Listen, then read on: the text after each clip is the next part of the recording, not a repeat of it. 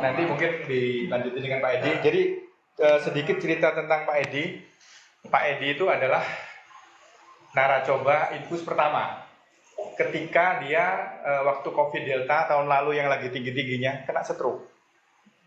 Jadi stroke-nya itu namanya TIA. Jadi beliau dengan 3 kali infus waktu itu udah stroke-nya udah lewat, dan laporan ke Prof. Sutiman, akhirnya Prof. Sutiman menyatakan bahwa wah ini teori yang di Jepang itu berarti benar. Lalu dilanjutkan dengan MRI, lalu MRI-nya di cross check ke dokter syaraf, dan ternyata iskemik atau pembutuhannya dengan nilai 9. Nah mungkin lebih lengkapnya Pak Edi mungkin langsung ini Pak. Oke. Terima kasih Pak Edi. Terima kasih Bapak Ibu. Saya minta waktunya sebentar. Saya ini sebenarnya seperti kata Pak Bambang tadi, saya ini sebenarnya seorang pasien. Ya, Agustus tahun lalu saya mengalami stroke. Jadi mungkin kalau teman-teman di sini tahu ada semprotan namanya hidroksi. Itu penemuan saya. Jadi saya menemukan itu. Saya orang yang lumayan nekat. Saya pernah tinggal 3 hari 2 malam di tempat isolasi COVID, tapi saya nggak kena COVID. Tapi singkat kata, Tuhan berkehendak lain. Ternyata di tengah COVID yang ganas Delta itu, saya kena stroke. Jadi waktu itu, itulah sebenarnya awal perkenalan saya Pak Delta. Kita harus berbuat baik selalu. Karena perkenalan saya dengan Prof. Timan itu adalah saya membantu Prof. Timan dari kena COVID. Jadi saya membuat beberapa alat, ada ATS, ada COVID Eliminator, yang tugasnya mengejar virus COVID sampai ke ujung paru-paru. Ya, Pak Prof. Timan udah usianya 69 tahun waktu itu, kena badai sitokin Pak. Kalau kita dengar dulu badai sitokin jadi fokusnya menakutkan. Apalagi dengan usia 69 tahun, beliau punya banyak komorbid. Ya, singkat cerita, beliau waktu Agustus itu telepon saya, Pak Edi saya mau mengembalikan alat-alat karena saya sudah sembuh. Gitu, dia tidak sempat dirawat di rumah sakit. Kemudian dia tanya saya kabarnya bagaimana, saya bilang Prof kurang baik karena saya sekarang kena stroke. Saya bukan kena COVID, saya kena stroke. Stroke itu seperti sesuatu yang dunia kita tiba-tiba hilang.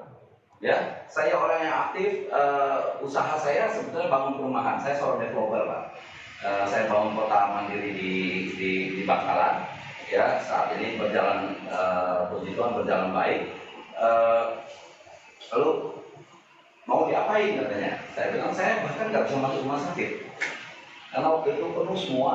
Ya, rumah sakit tidak terima. Kemudian saya berpikir untuk pergi ke dokter Terawan, ya untuk DSA. Karena saya sudah bawa papa saya, beberapa saudara-saudara ke dokter Terawan. Tapi dokter Terawan juga tidak praktek waktu itu di Jakarta. Ditanya sampai kapan? Nggak tahu, ya.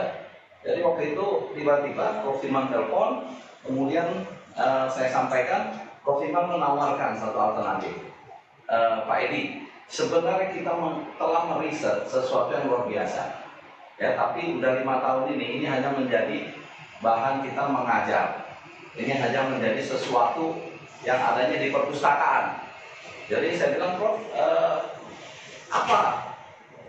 Sebenarnya ini dirancang pertamanya adalah untuk membersihkan pembuluh darah sampai ke tingkat kapileri. Jadi pembuluh darah kita ada pembuluh darah besar, biasanya pembuluh darah besar itu ke jantung, ke otak, ke kaki, ke bawah.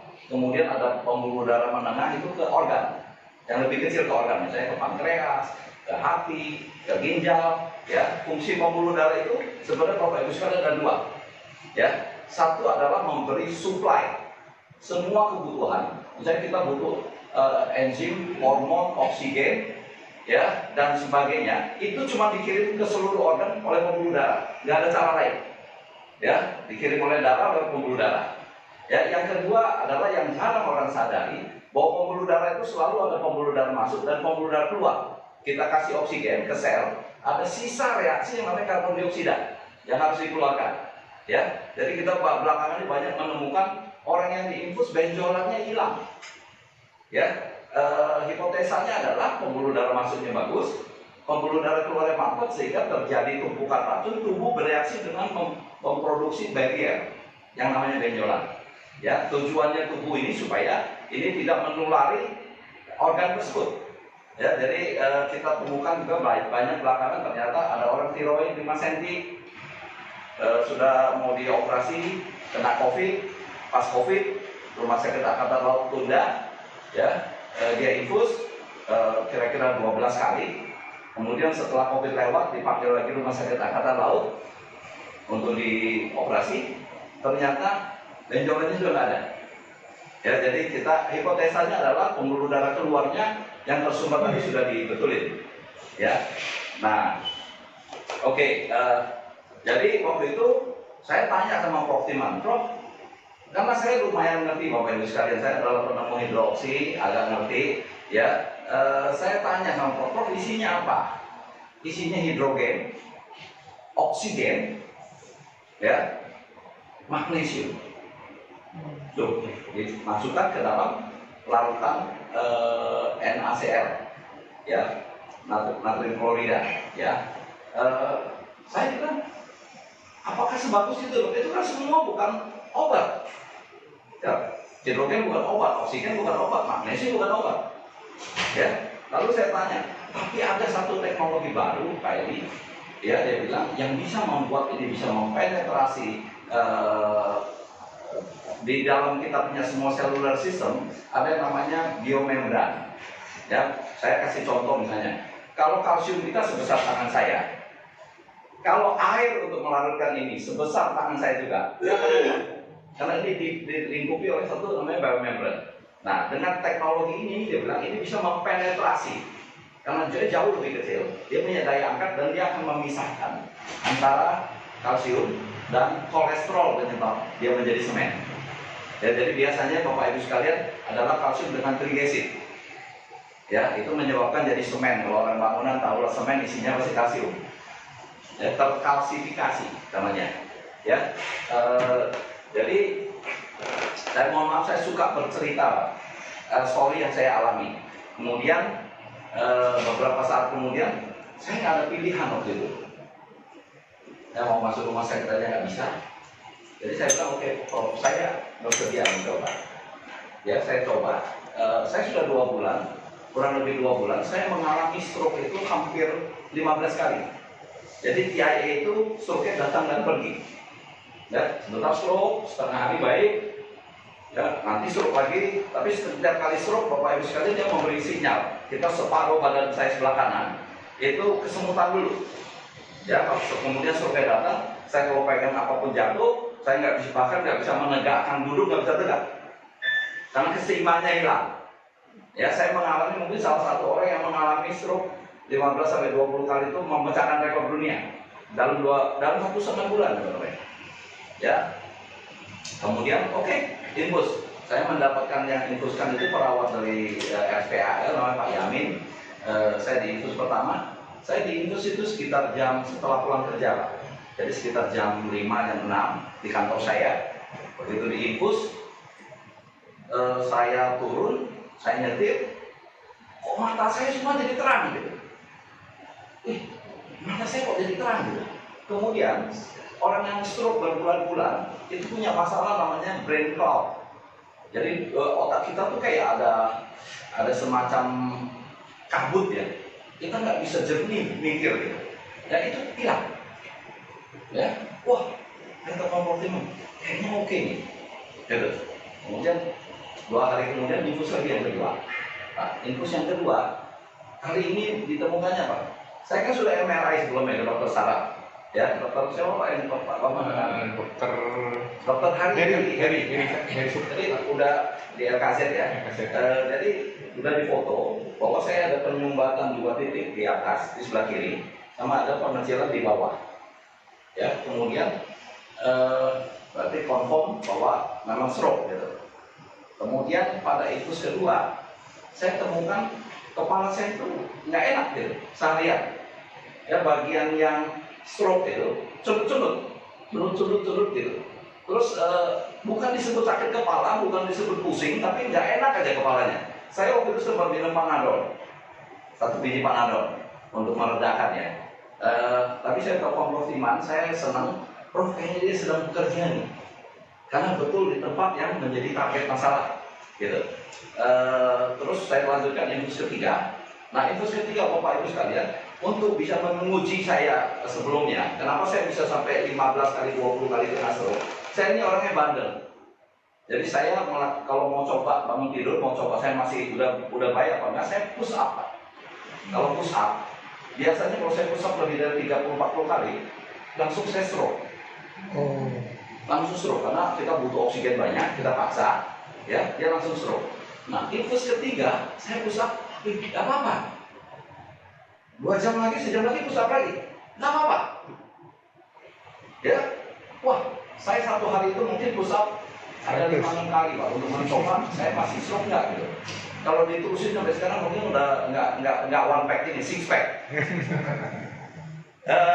Kemudian singkat cerita, pada infus kelima saya pergi lagi ke brain clinic untuk MRI ulang. Ternyata bersih. Ya, saya juga nggak mengalami kendala. Dari saat itu saya menemukan bahwa bahkan kesehatan saya, Bapak Ibu sekalian, kaki saya ini jadi mulus semua, kulit saya. Usia saya 55 tahun. Ya, ini Pak Wandi ada yang 70 tahun lebih mulus dari saya. Ya Pak Wandi, pamer betis gitu ya. Ya, kenapa itu Bapak Ibu sekalian? Ternyata yang paling penting, jadi akhirnya saya sudah mulai tahu, ya, saya menginisiasi. Satu cerita lagi, mama saya Parkinson. Ya, mama saya usianya 80 tahun saat itu, Parkinson sudah 1 tahun lebih bed rest, ya, getarnya, tremornya luar biasa di mulut dan di tangan. Ya, waktu itu kita rapat keluarga, kita sudah mau coba pasang implan. Ternyata ada satu di Dokter Sutomo bisa dipasang implan, pakai kayak pacu jantung itu untuk mengendalikan frekuensi otak. Saya mewawancarai, mendatangi beberapa orang karena mama kan, mewawancarai beberapa orang, ternyata setelah 3 bulan 4 bulan kemudian Parkinsonnya balik lagi. Jadi akhirnya kita nggak jadi implan. Waktu itu rapat keluarga kita bilang ini kita coba nih. Ya, kalau orang Mandarin bilang, orang Chinese bilang sema tang co ho ma yi. Ya, waktu itu belum tahu. Tapi saya tahu bahwa yang dimasukkan nggak ada obatnya kok.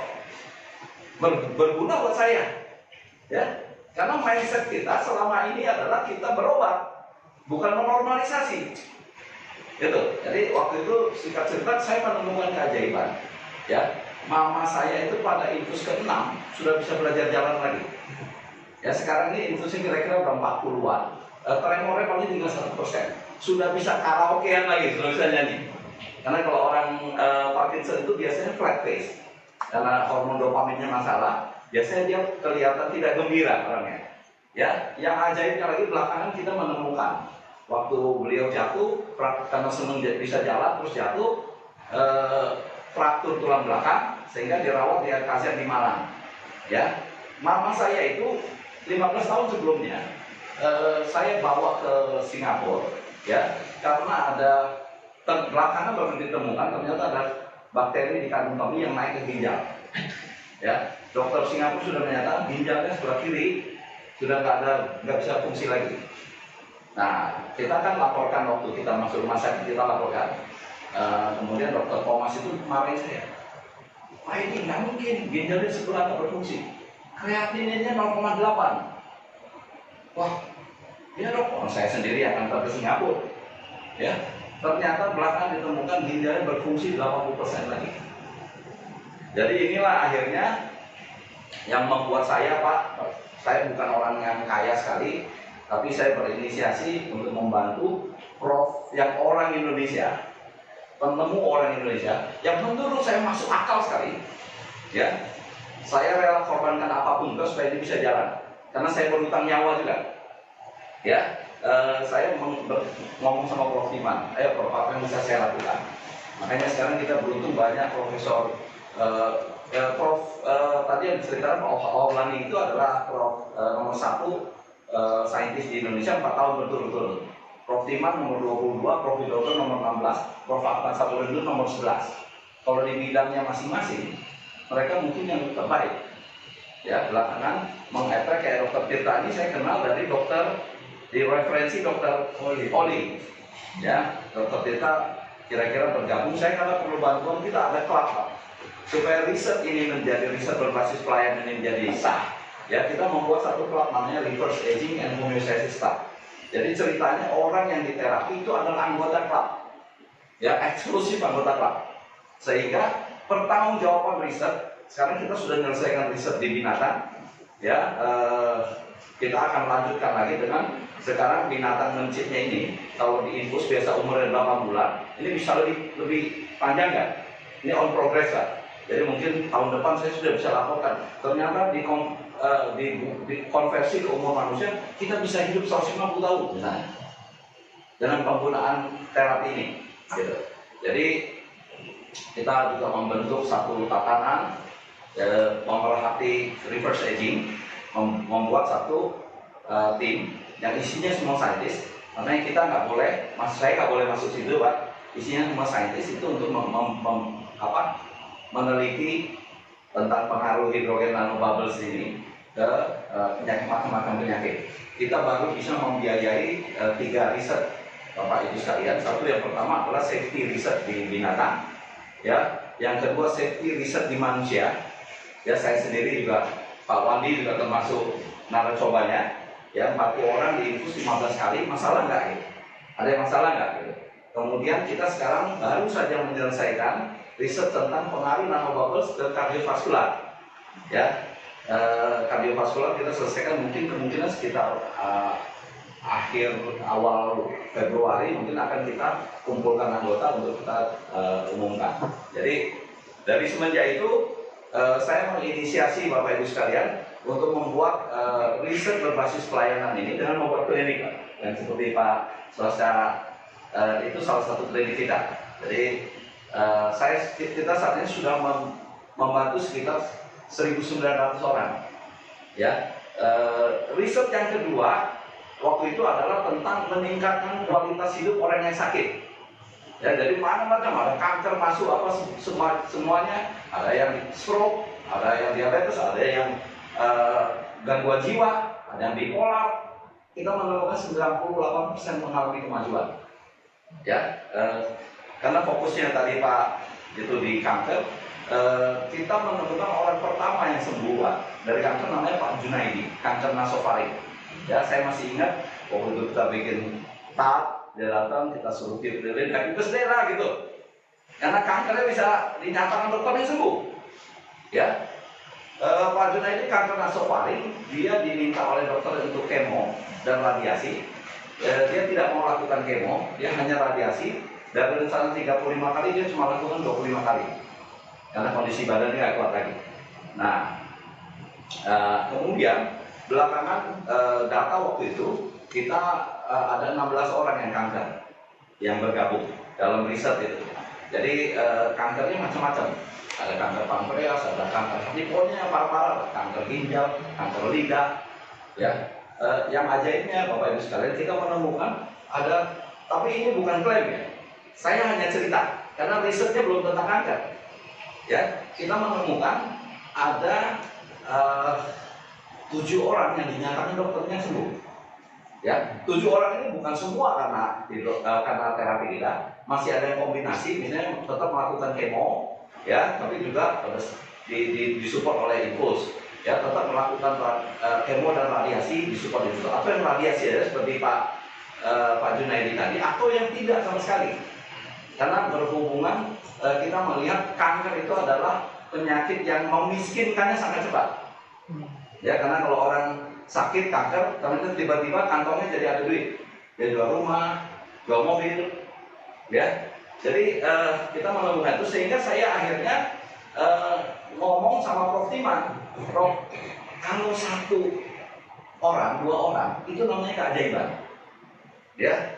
Tapi kalau bisa diulangi, ya, diulangi terus-menerus, ya, itu namanya ilmu pengetahuan, ya, bukan keajaiban. Ya, jadi akhirnya zaman sekarang Bapak Ibu riset itu cukup enak ya. Saya dulu membayangkan risetnya profesor itu pergi ke perpustakaan, baca hasil jurnal. Enggak, ternyata mereka punya satu sistem sekarang, punya komputer bagus, ya. Lalu ada satu studi namanya in silico. Jadi kasih tugas ke komputernya. Nih, kami tahu nih komputer, kasih tugas. Oh, saya menemukan gini-gini, ada orang yang terapi ini ternyata sembuh. Ya. Penjelasannya apa? Jadi komputernya kerja siang malam, ya. Setelah sebulan kemudian komputernya ngasih konklusi. Komputernya akan menghubungkan seluruh riset seluruh dunia yang ada kaitannya dengan itu, sehingga akhirnya konklusinya keluar. Nah, Prof. Iman ini kemungkinan besar, Bapak Ibu sekalian, menurut saya akan menjadi kandidat yang mendapatkan hadiah Nobel selanjutnya, karena kita menemukan dengan pasti sekarang penyebab kanker. Ya, selama ini kalau kita kanker, kalau kita tanya sama dokter kita, mungkin genetika, mungkin makanannya salah, ya, mungkin napasnya salah, udaranya udah banyak kotor, ya. Tapi selalu kalau ada pertanyaan di otak saya, kalau ada orang datang dengan kanker, oh Pak, ini saya kanker usus. Saya bertanya balik, kok kenapa kanker usus? Bukan kanker otak. Pak, kenapa bukan kanker paru-paru? Ya, oh kalau dibilang itu, makannya sama, napasnya sama, genetikanya sama. Kenapa cuma di usus? Ya, jadi akhirnya Prof. Iman memberi satu jawaban. Di dunia ini ada yang namanya Krebs cycle. Krebs cycle itu adalah metabolisme sel kita, ya, yang normal, ya. Itu ditemukan oleh satu profesor namanya Hans Krebs, yaitu kita memakai gula, glukosa, kemudian mengalami namanya glikolisis menjadi asam pyruvate, kemudian masuk ke sel kita, ya. Di sel kita dia bertemu dengan oksigen dari hasil pernapasan kita, sehingga mengalami satu proses yang namanya oxidative phosphorylation, ya, membuat tadi gula tadi, asam pyruvate tadi berubah menjadi ATP yang disebutkan Dr. Tirta tadi, menjadi 38 ATP, ya, satu gula menjadi 38 ATP. Di sisi lain ada satu profesor lagi yang menjadi rujukan semua treatment kanker sekarang, namanya Otto Warburg. Ya, tahun 1930. Tadi Hans Krebs ini juga dapat hadiah Nobel tahun 1957. Otto Warburg itu pada tahun 1931 dapat hadiah Nobel karena penelitian di bidang respiratory sel kanker.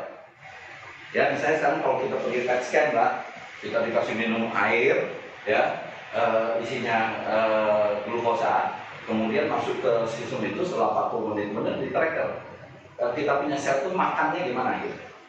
Ya, kalau yang rakus lah kanker. Kenapa kanker menjadi rakus? Di dalam penjelasannya sama, dia kan pakai gula, ya, mengalami glikolisis, kemudian menjadi asam pyruvate, mengalami satu proses masuk ke mitokondria sel tadi, ya, masuk ke mitokondria. Kali ini entah kenapa oksigennya nggak datang, nggak hadir, ya, sehingga sel tadi itu merubah cara dia metabolisme supaya bisa tetap hidup, tetap survive.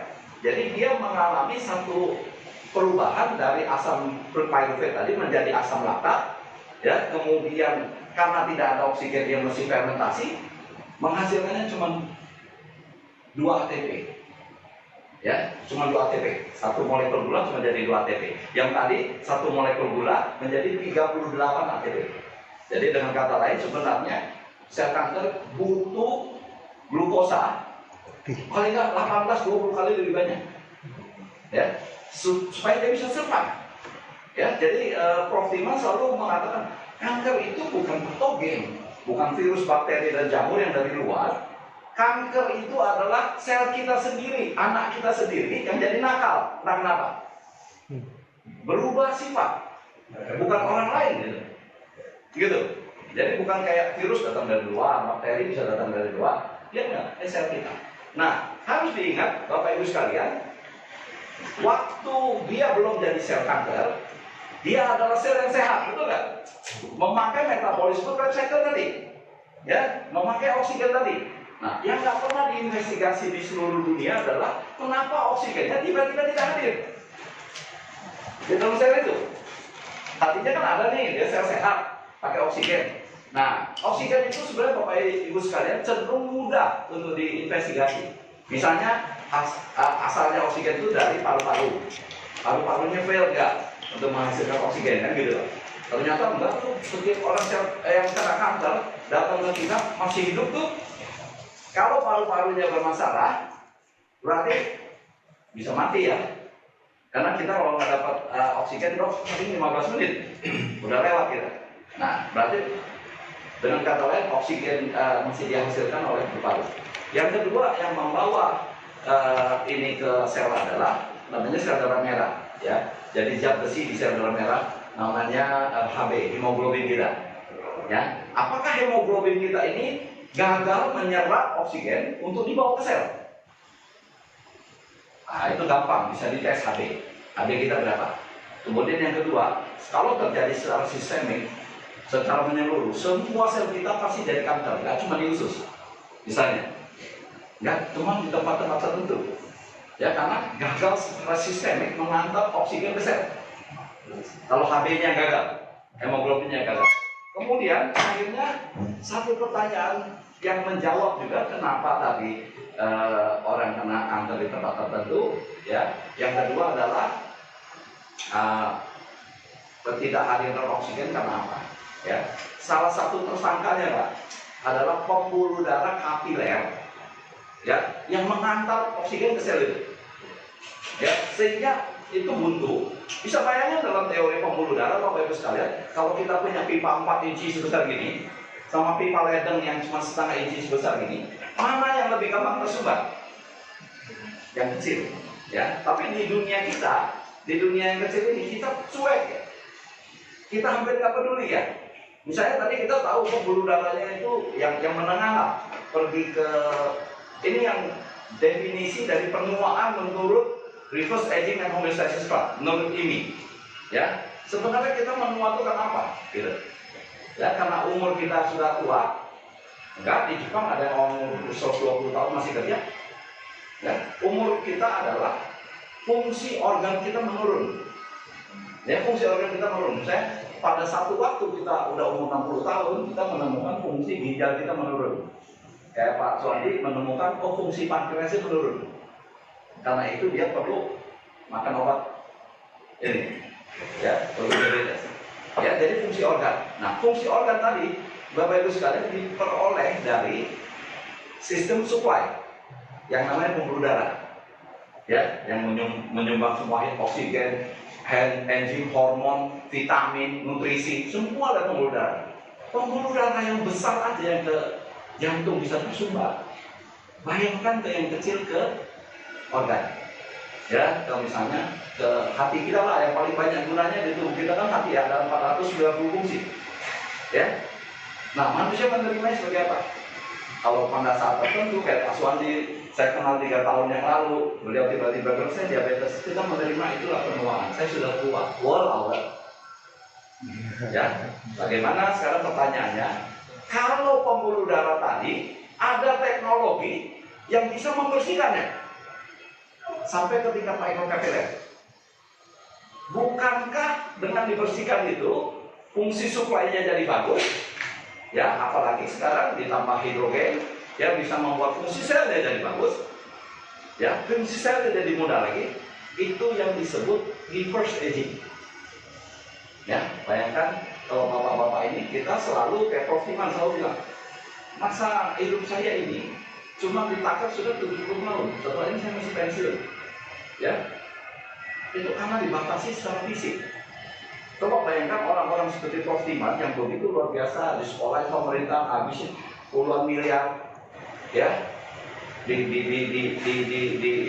dibayar pemerintah. Tiba-tiba di usia 70 tahun harus berhenti. Padahal pengalamannya luar biasa. Bayangkan kalau ini bisa dibikin dari muda 50 tahun lagi. Wah, negara kita luar biasa, Pak. Ya, Pak, begitu pengalaman beliau bisa memimpin, membantu lebih banyak orang lagi. Kalau usia organnya bisa dibalikin ke 20 tahun, ya Pak. Banyak orang yang bilang, kok mahal Pak? Coba bayangkan, kalau Anda bisa muda 20 tahun kayak Pak Suwandi gini, pantasnya Prof. Iman itu dibayar berapa? Ya. Ya, orang pergi stem cell 700 juta ke Ukraine, ya, belum tentu berhasil. Jadi saya tidak bilang, di tim kita tidak bilang stem cell nggak bagus. Tapi gini, ilustrasinya gini. Kalau kita juga sekarang sedang ada proyek sama Mayora untuk MSA, orang yang Parkinson yang parah sekali, 10 kali lebih parah dari orang Parkinson. Kita mengalami kemajuan semua. Bosnya Mayora, istrinya kena MSA, sehingga dia mendedikasikan 1% dari CSK-nya untuk orang MSA, mengumpulkan orang MSA di seluruh Indonesia.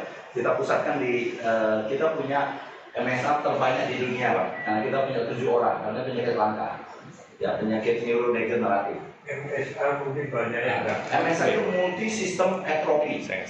Ya, multi sistem atrofi ada 2 macam. Satu cerebral, ya orangnya kehilangan fungsi saraf otonom.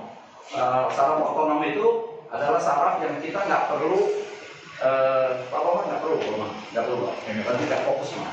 Ya, saraf kehilangan saraf fungsi saraf otonom yang kita misalnya yang saraf tidak perlu perintah otak seperti berkedip, bernapas, menelan. Ya, itu penyakit degeneratif parah. Sebenarnya masuk yang paling itu neurodegeneratif. Ya, kita mengalami kemajuan Bapak sampai Mayora akhirnya membiayai. Sekarang kita puji Tuhan yang membiayai kita untuk membuat Parkinson and MSA Center di Rumah Sakit Brawijaya. Sekarang kita akan memulai renovasi seluruh lantai 7. Itu dipakai buat MSA dan Parkinson Center. Jadi terbukti sekarang kita sudah bisa mengembalikan 1 orang MSA hidup normal lagi. Kalau Parkinson kita mungkin sudah hampir 10 ya bisa jadi hidup normal. Jadi itu saya kembali tadi, sebenarnya kembali ke semua fungsi supply system, ya. Jadi fungsi supply system kita kalau kita benahin kembali, itu yang kita sebut kita menjadi muda lagi. Karena fungsi organ kita menjadi baik lagi, apalagi ditambah tadi yang dijelaskan oleh Dr. kita sekarang di ini maupun di reverse aging homeostasis kalau tidak cerita tentang organ, kita cerita tentang sel.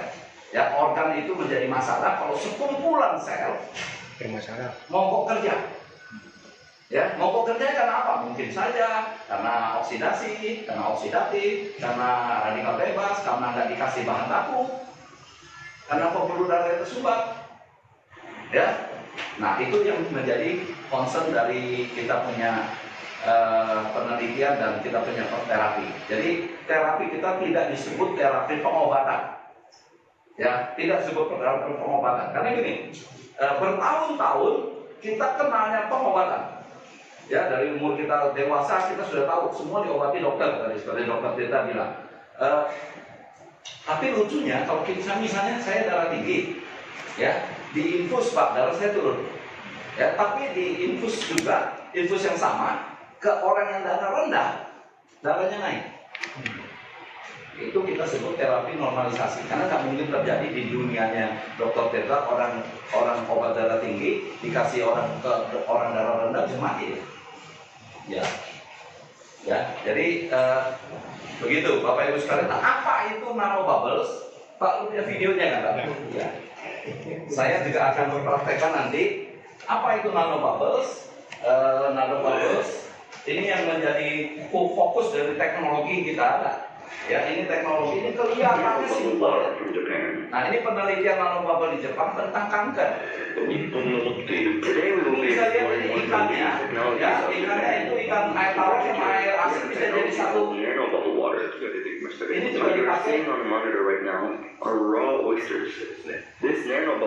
preservasi oyster ya, pakai nanobubble ozone. Nanobubble itu gelembung, Pak, bisa diisi macam-macam gas. Saltwater fish and freshwater fish are able to live together in this nanobubble water. So should most folks know today is that this wonder water has a great potential for the medical field. Nah, ini sekarang mulai dipakai untuk medical field. Nah, bisa kan nanobubble cure cancer? Ya. Some of nanobubbles have many potential applications in many different fields. This technology can put oxygen or ozone gas into water as Bisa tiny diisi oksigen maupun bubbles. ozon maupun hidrogen. Today they are about to announce the new technology of nanobubbles and its potential. So as you can see, many people from the media and other interested parties await the scientific findings of this new technology. They have reported today the results of the effectiveness of nanobubbles on cancer cells. Ini 1% nanobubble oksigen. Ini 1% oxygen nanobubble water on the cancer cells. We were able to reduce 70% bisa of the cancer mengurangi cells in our 70% preliminary sel study. kanker dalam 24 jam. This is a great finding, and we must look further into the potential of this amazing technology. This technology was actually introduced approximately 3 years ago at the IT Expo. Ini membuat, nah ini ikannya, ikan air asin sama ikan air tawar bisa bergabung jadi satu. Snapper Oke and Pak, carp were swimming together nano bubble in the same kelihatan body ya of Pak, ada water, which videonya. is impossible in the wild. Ada. Lanjutannya. The answer to this secret is the oxygen nanobubbles. The inventor that is behind this technology is Mr. Kaneo Chiba, who is the head researcher of Rail Research Company. Saya keluarin dulu. Maju dikit. Ada. Saya keluarin dulu ke Nah, video lihat, aslinya. itu ada nano bubble yang disorot pakai ini. Sebentar, Pak. Ya, jadi nano bubbles, Bapak Ibu sekalian, Ini kita kasih. kalau Bapak Ibu lihat sekalian ini air mengandung gas kan? Karena dalam gasnya dalam bentuk nano bubbles dia nggak kelihatan, ya. Sedangkan air biasa Bapak Ibu sekalian masih segel. Kalau saya sorot dengan laser, ya, ini Pak, hanya akan kelihatan ujungnya ya, hanya kelihatan ujungnya. Kecuali saya kocok. Nah, dia akan kelihatan pantulannya. Itu adalah gelembung yang dipantulkan oleh, karena bentuknya gelembung, begitu dikasih laser dia memantul. Nah, satu-satunya cara melihat itu, nah ini.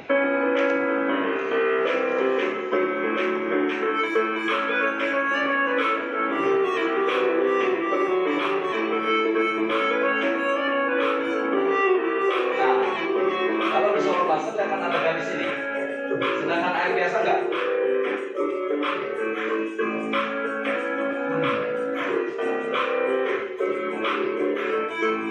Nah, kalau dibanting, dia akan menjadi micro bubble. Ya, oke.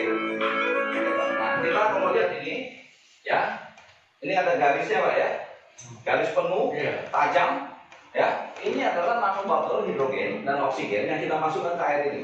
Nah, lucunya, semua teknologi kalau sudah di nano kan, dia menjadi tidak terpengaruh oleh gravitasi. Jadi kalau kita membayangkan ini, kalau air ini isinya gas, ya, pada saat tertentu dia akan naik ke atas karena gas lebih ringan daripada air, ya. Tapi kalau sudah di nano bubble kan dia menentang hukum itu, dia menjadi punya kepintaran sendiri, sehingga ini kalau dilihat dari bawah sampai ke atas itu sama, dia tidak ada, kalau nggak akan konsentrasi di atas lebih tinggi, di bawah nggak. Di begitu juga ini yang diyakini oleh Prof. Timan, setelah dia masuk ke tubuh kita, dia punya kecerdasan sendiri. Sehingga biasanya nggak pernah gagal. Dia punya kecerdasan sendiri menyelesaikan masalah apa yang lebih penting di tubuh kita. Nah, jadi saya kembali ke cancer Pak. Manusia menyatakan perang sama kanker, ya, dideklarasi oleh Presiden Amerika namanya Richard Nixon pada tahun 1971. Itu dikenal di dunia ini sebagai War of Cancer, ya, perang kepada kanker. Ya, hari ini Bapak Ibu sekalian, berarti itu umat manusia menyatakan perang pada kanker. Ya, Bapak Ibu sekalian, hari ini, ya, 51 tahun, pertanyaannya harus kita ajukan ke seluruh orang di dunia ini adalah, yang menang setelah 50 tahun berperang, kanker apa manusia? Ya, kenapa? Tapi kita masih berperang, Bapak Ibu sekalian, pakai cara yang sama. Dari tahun dinyatakan War of Cancer sampai sekarang, caranya masih 3. Diangkat, diradiasi, dikemo. Ya, yang mana menurut Prof. Timan, salah kaprah dunia medis sekarang, karena yang diurusin adalah simptomsnya. Jadi Bapak Ibu sekalian, di klinik kami sekarang kira-kira ada 70 orang kanker, macam-macam kanker ya. Yang mana 80% itu pengulangan. Jadi dulu dinyatakan dokternya oke, setelah kemo, ya, kemudian ternyata kembali lagi. Ya, nah, Prof. Timan sudah mengatakan ini akan balik lagi. Karena Prof. Timan sendiri istrinya adalah kena kanker payudara. Ya, dia bilang kalau istri saya sekarang diperiksa kanker mungkin masih ada, tapi sudah 21 tahun tidak pernah mengganggu, dia tidak kesakitan.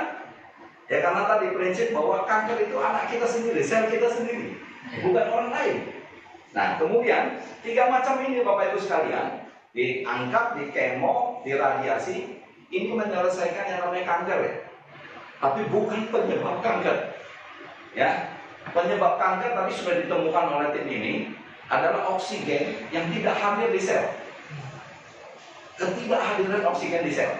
Nah, karena ketidakhadiran oksigen di selnya tidak pernah diperbaiki, maka kankernya akan bolak-balik berkunjung. Ya, jadi ini yang dokter kita juga menyadari bahwa pengobatan modern sifatnya simptomatis. Kalau kita sakit kepala dikasih obat sakit kepala. Ya, saya mengilustrasikan, Prof. Timan mengilustrasikan seperti ini, Bapak Ibu sekalian. Tubuh kita itu kayak satu kolam ikan. Ya, di dalamnya ada 12 ekor ikan, melambangkan organ kita. Ya, kemudian setiap ikannya sekarang itu yang ngurusin satu orang, yaitu dokter. Misalnya ikan yang merah melambangkan jantung, yang ngurusin dokter jantung. Ya, yang kuning mungkin dokter ginjal. Ya, bisa bayangkan kalau satu waktu ternyata ikan yang merah, ya, sakit kena jamur, ya, yang ngurusin ikan merah akan lakukan apa? Dia akan melakukan sebisa mungkin untuk menyelamatkan organ dia, ikannya dia. Dia akan kasih obat anti jamur yang tinggi, ya. Tapi kemudian dia nggak mikirin bahwa ikan yang lain itu bisa bermasalah. Kalau tim ini udah menyadari itu, Pak, jadi bilang kenapa nggak darahnya dan kolamnya kita bersihkan sehingga semua ikannya jadi sehat. Hari ini kita datang, saya beruntung, ya, kita datang dengan konsep yang begitu, Pak, bahwa yang harus diperbaiki adalah darah kita sebagai kolam, ya, pembuluh darah sebagai kolam, dan selnya sebagai target ujungnya, ya. Jadi ini tidak akan berkomplikasi ke yang lain. Begitu, Pak, kira-kira. Ya, Bapak Ibu sekalian, terima kasih. Ya, mungkin habis ini kita ada bisa sesi tanya jawab, ya. Ya. Ya, Pak. Silakan bisa